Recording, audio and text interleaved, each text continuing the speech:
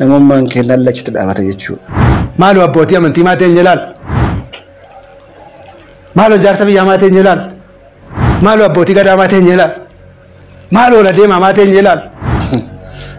Gaafa dura gaafnu yaanne addunyaa kana bulchiti jettee yaanne ijoolleen tun. Gurroo fi achi qabanii as qabanii asin ishee gaarummaa addaatoo jedhamte iddoo tokko jedhamte duwwaatu dhaaluun ta'in achi fagaatee maaltu taa'eera achi fagaatee maal taa'eera egereen biyya kanaa eessatti deemaa maal taati jedhamee hin ilaalamu yoo ta'e namni hidhamuu hin qabne hidhamuu hin qabu nama yakka dalage duwwaatu hidhamuu qabu.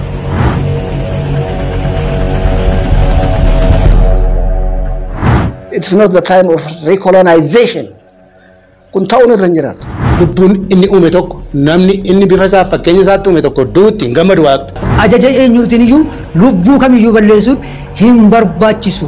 Filannoo nama isin jettanillee hiikkaa dubbii kana ta'uu hin danda'u. Hiikkaa dubbii kana ta'uu danda'u yoo ofii kallattiidhaan wal geennee rakkoo kenna hiikkan. Isuma qabanii, isumaan qabanii, isuma dhaananii, isumaan dhaananii. የሰው ግድያ መቆም አለበት። ያላግባብ ግድያ መቆም አለበት። ያላግባብ እስር መቆም አለበት። ያላግባብ ሁኔታዎች ሁሉ መቆም አለባቸው።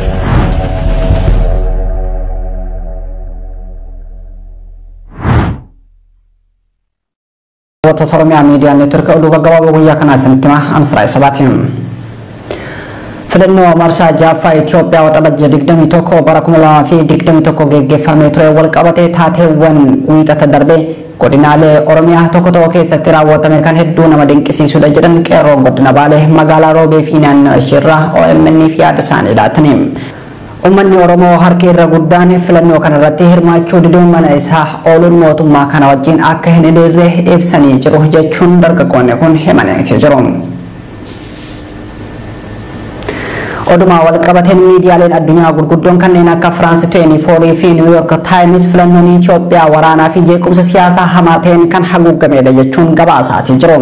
Yeroo qondaalonni mootummaa bilisiginnaa filannoo biyyaalessaa milkaa'aa ta'e geggeessitee jedhaa jiran kanatti addunyaan dhugaan Itoophiyaa keessatti mul'atu waraana ajjeechaa suukaneessaa fi beela ta'uu gabaasaa jiru.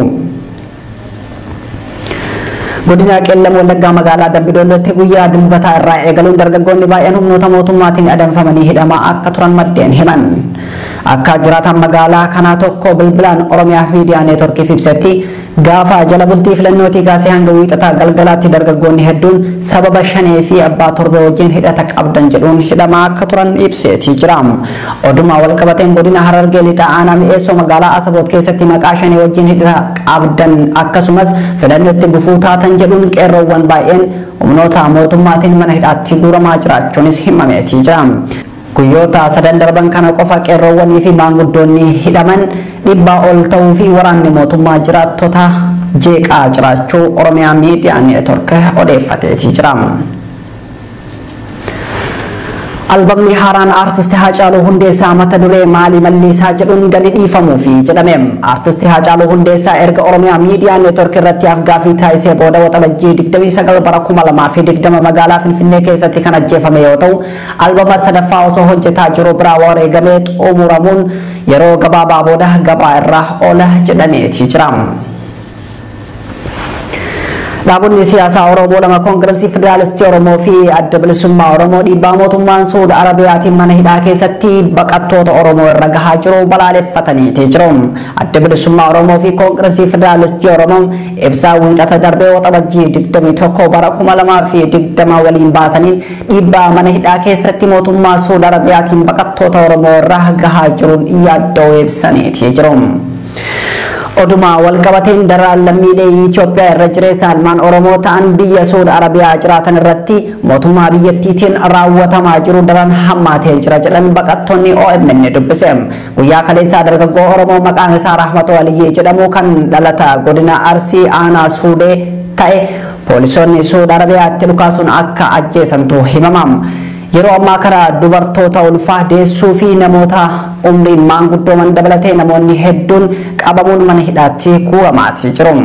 Tole kabajamtoota daawwattoota keenya oduun gaggabaaboo ammaaf qabannee kana fakkaata. Gama ogummaa kaameraa fi suur-sagaatiin kan nafaana ture Tuujii Muhammadiin qophiileen Oromiyaa Miidiyaa Neetwork itti fufuun horaa bulaa.